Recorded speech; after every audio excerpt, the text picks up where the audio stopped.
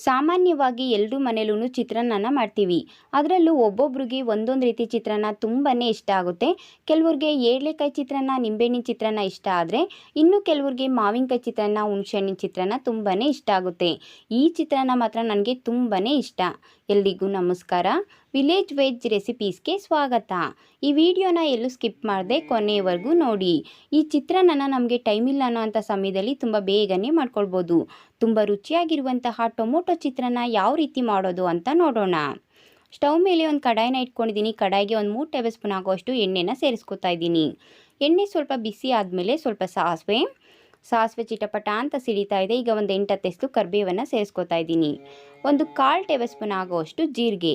ನೀವು ಕಡಾಯಿ ಇಲ್ಲ ಅಂದರೆ ಬಾಣಲಿಯಲ್ಲೂ ಸಹ ನೀವು ಈ ಚಿತ್ರಾನ್ನನ ಮಾಡ್ಕೊಳ್ಬೋದು. ಈಗ ಒಂದು 2 ಟೇಬಲ್ ಸ್ಪೂನ್ ಆಗುವಷ್ಟು ಕಡಲೆ ಬೀಜನ ಸೇರಿಸ್ಕೊಂಡಿದ್ದೀನಿ. 1 ಟೇಬಲ್ ಸ್ಪೂನ್ ಆಗುವಷ್ಟು ಕಡಲೆಬೇಳೆ, 1 ಟೇಬಲ್ ಸ್ಪೂನ್ ಆಗುವಷ್ಟು ಉದ್ದಿನಬೇಳೆನ ಸೇರಿಸ್ಕೊತಾ ಇದ್ದೀನಿ. ನೀವು ಕಡಲೆಬೇಳೆ, ಉದ್ದಿನಬೇಳೆನ ಸ್ವಲ್ಪ ಹೆಚ್ಚು ಕಡಿಮೆ ಸಹ ಮಾಡ್ಕೊಳ್ಬೋದು. ಈಗ ಚೆನ್ನಾಗಿ ಫ್ರೈ ಮಾಡ್ಕೊತಾ ಇದ್ದೀನಿ. ಕಡಲೆಬೇಳೆ, ಉದ್ದಿನಬೇಳೆ ಸ್ವಲ್ಪ ಕಲರ್ ಚೇಂಜ್ ಆಗಬೇಕು, ಆ ರೀತಿ ಫ್ರೈ ಮಾಡ್ಕೋಬೇಕು. ಹೈ ಫ್ಲೇಮಲ್ಲೆಲ್ಲ ಮಾಡೋದಕ್ಕೆ ಹೋಗಬೇಡಿ. ಆದಷ್ಟು ಲೋ ಫ್ಲೇಮಲ್ಲಿ 1 ನಿಮಿಷ ಫ್ರೈ ಮಾಡ್ಕೊಂಡ್ರೆ ಸಾಕು.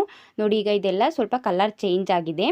ಈಗ ನಾನೊಂದು 6 ಹಸಿಮೆಣಸಿಕಾಯಿನ ಕಟ್ ಮಾಡಿ ಸೇರಿಸ್ಕೊತಾ ಇದ್ದೀನಿ. ನೀವು ಖಾರ ನೋಡಿಕೊಂಡು ಸೇರಿಸ್ಕೊಳ್ಳಿ.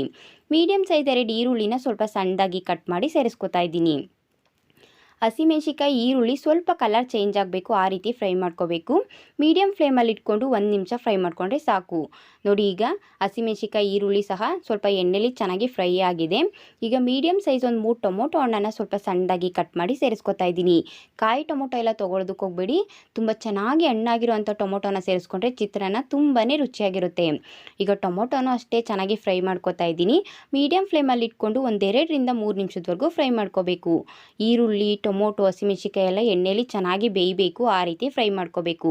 ನೋಡಿ, ಈಗ ನಾನೆಲ್ಲ ತುಂಬ ಚೆನ್ನಾಗಿ ಫ್ರೈ ಮಾಡ್ಕೊಂಡಿದ್ದೀನಿ. ಈಗ ರುಚಿಗೆ ತಕ್ಕಷ್ಟು ಉಪ್ಪನ್ನು ಸೇರಿಸ್ಕೊತಾ ಇದ್ದೀನಿ.